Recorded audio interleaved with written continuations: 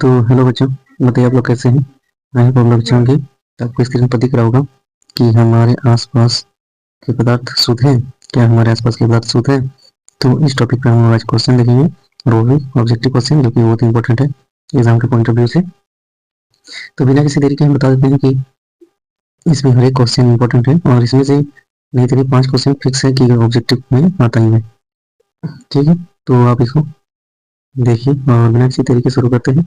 पहला क्वेश्चन आप लोग के सामने ये रहा स्क्रीन पर, और हम इसमें सिर्फ ऑब्जेक्टिव क्वेश्चन बताएंगे, जो कि बहुत इंपॉर्टेंट है इसीलिए। तो बोला है शुद्ध पदार्थ बने होते हैं तो एक ही प्रकार के कणों से, विभिन्न प्रकार के कणों से, केवल 2 प्रकार के कणों से या 3 प्रकार के कणों से। तो शुद्ध पदार्थ किससे बना होता है? तो 1 नंबर का कौन सा आंसर होगा? ऑप्शन ए होगा, मतलब एक ही प्रकार के कणों से बने होते हैं। ठीक है, नेक्स्ट देखिए, बोल रहा है जल है। जल एक क्या है? मिश्रण है, यौगिक है, तत्व है, विलयन है। तो जल क्या है? जल एक यौगिक है। ठीक है, इसके बाद बोल रहा है मिश्र धातु। समांगी मिश्रण है, विलयन है, विषमांगी है, कोलाइड है। तो मिश्र धातु जो है वो एक क्या है? समांगी मिश्रण है। क्या होगा इसका आंसर सही? समांगी मिश्रण, ऑप्शन ए। ठीक है, नेक्स्ट क्वेश्चन देखिए, बोल रहा है कि विलयन के कणों कण मतलब विलयन का जो कण है उसका व्यास होता है, विलयन के कण का जो कण होता है वो कण का जो व्यास होता है उससे मतलब कितना कम होता है? ठीक है, तो 4 नंबर का देखिए, 10⁻⁹ मीटर, 10⁻⁶ मीटर, 10⁻⁸ मीटर या 10⁻⁴ मीटर। इसका जो सही आंसर होगा वो हमारा 10⁻⁹ मीटर होगा। ठीक है, इसके बाद नेक्स्ट बोल रहा है कि समुद्र का जो जल है वो एक यौगिक है, विलयन है, मिश्रण है, निलंबन है। ठीक है, निलंबन है। तो इसका सही आंसर अभी बताया नहीं है। समुद्र का जल जो है वो क्या है? एक मिश्रण है। ठीक है, और जो सिर्फ जल जो होता है वो क्या है? यौगिक था। और ये क्या है? समुद्र का जल, ये मिश्रण था। इसका नेक्स्ट बोल रहा है कि विलयन में प्रकाश का मार्ग दिखाई देता है, दिखाई नहीं देता है, धुंधला दिखाई देता है, कभी दिखाई देता है, कभी नहीं दिखाई देता है। तो क्या करता है विलयन में प्रकाश का मार्ग? तो क्या करता है? वो दिखाई देता है। नहीं, मतलब दिखाई नहीं देता है। ठीक है, तो ऑप्शन बी हो जाएगा, मतलब दिखाई नहीं देता है। इसके बाद नेक्स्ट देखिए हमारा 6 नंबर तक हो गया। 7 नंबर क्या बोल रहा है? बोल रहा है कि दिए गए निश्चित ताप पर यदि विलयन में विलय पदार्थ नहीं घुलता है तो इसे कहते हैं संतृप्त विलयन, असंतृप्त विलयन, अतिसंतृप्त विलयन या सामान्य विलयन। जिसका सही आंसर क्या होगा? ऑप्शन ए, संतृप्त विलयन। ठीक है, नेक्स्ट क्वेश्चन देखिए, बोल रहा है कि वायु गैसों का मिश्रण है, यौगिक है, तत्व है, इनमें से कोई नहीं। वायु जो है वो क्या है? गैसों का, जल्दी से ये तो पता ही होगा हमको जहाँ तक लग रहा है।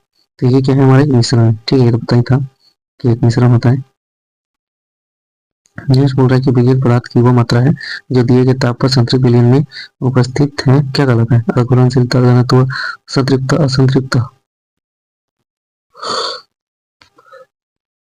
इसका सही आंसर क्या होना चाहिए? जल्दी से बताइए, बाकी हम बता रहे हैं।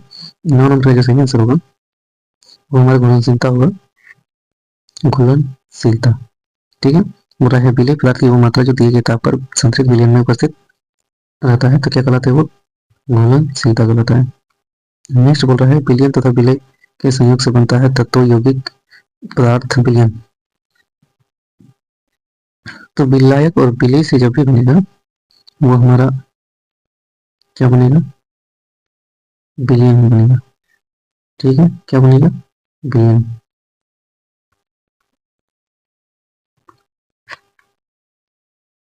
फिर नेक्स्ट क्वेश्चन हमारा दिख रहा है कि जल में चीनी का मिश्रण है, समांगी मिश्रण, ये भी दोनों, विषमांगी मिश्रण और ये भी दोनों में से कोई नहीं, और ये भी दोनों। तो सही आंसर जो होगा इसका 11 नंबर का वो हमारा ऑप्शन क्या होगा पता नहीं, लेकिन जब चीनी और जल का मिश्रण है तो वो हमारा समांगी मिश्रण ही कहलाएगा। ठीक है, तो देखिए जल, ये जल है और ये चीनी है, चीनी से दीजिएगा तो ये क्या हो जाएगा? पूरी तरह घुल जाएगा। ठीक है, इसलिए क्या कहलाएगा? हमारा समांगी मिश्रण कहलाएगा। नेक्स्ट हमारा 12 नंबर क्वेश्चन देखिए, ये जो क्वेश्चन हम बता रहे हैं JCERT के द्वारा पब्लिश किया गया, ये है क्वेश्चन बैंक है, और क्वेश्चन बैंक नहीं मतलब मॉडल क्वेश्चन भी बोल सकते हैं, इससे अक्सर फंसता है। तो नेक्स्ट देखिए पूरा गैसीय विलयन का उदाहरण है हाइड्रोजन, क्लोरीन, कार्बन डाइऑक्साइड, वायु। तो 12 का सही आंसर क्या होगा? वायु होगा,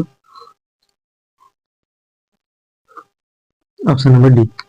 नेक्स्ट बोल रहा है 13 नंबर के निलंबन क्या है? समांगी मिश्रण, विषमांगी मिश्रण, ये भी दोनों, इनमें से कोई। तो 13 का सही आंसर क्या होगा? ऑप्शन बी, विषमांगी मिश्रण होगा। नेक्स्ट 14 नंबर बोल रहे हैं यदि 1 बिलियन में विलय पदार्थ की मात्रा संतृप्तता से कम है तो इसे कहते हैं संतृप्त विलयन, असंतृप्त विलयन, असंतृप्त विलयन, अति संतृप्त विलयन, संतृप्त या कोलाइडल।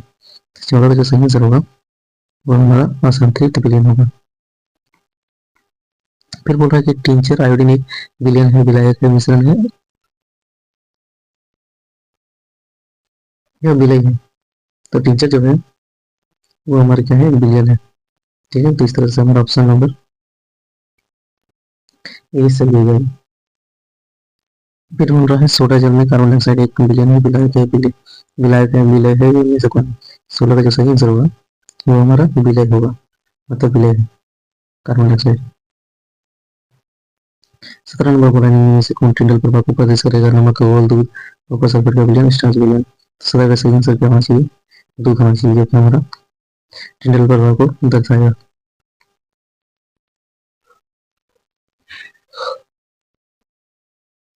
फिर नेक्स्ट देखिए हमारा बोल रहा है एरोसोल एक उदाहरण है कोरा का, दूध का, शेविंग क्रीम का, फोम का।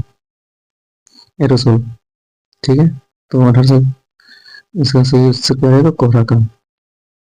फिर बोल रहा है फेस क्रीम का उदाहरण है इमल्सन का, सोल का, फोम का, जेल का। तो इस किसका हो जाएगा, मिस इमल्सन का। इमल्सन जो कि फेस क्रीम है।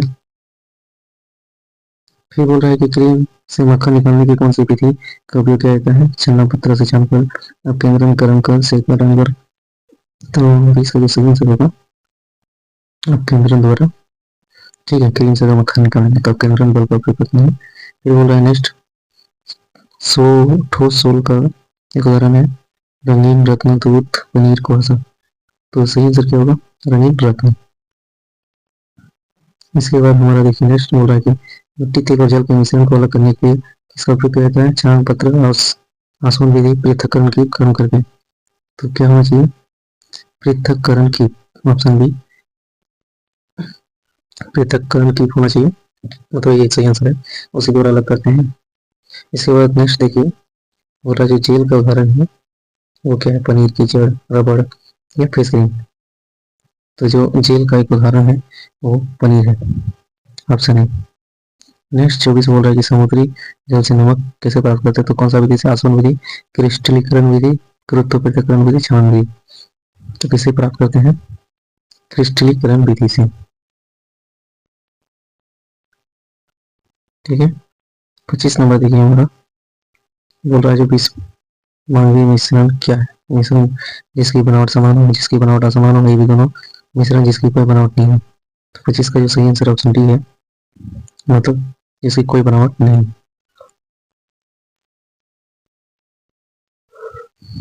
ठीक है, नेक्स्ट बोल रहा है कि निम्नलिखित में से बिस्मांकी मिश्रण कौन सा है, नमक और सल्फर, जल और तेल, सोडियम क्लोराइड और लोहे के चीनी। चीनन उपरोक्त सभी में तो ऊपर मिलता है सब, तो सभी इसका जो सही आंसर होगा सभी होगा, मतलब सभी सही है। नेक्स्ट बोला 27 नंबर निम्नलिखित में से विलयन है नींबू पानी, सोडा जल, आयोडीन और अल्कोहल का विलयन उपरोक्त सभी। तो कौन सा उदाहरण है, ये भी सभी होगा, उपयुक्त सभी है।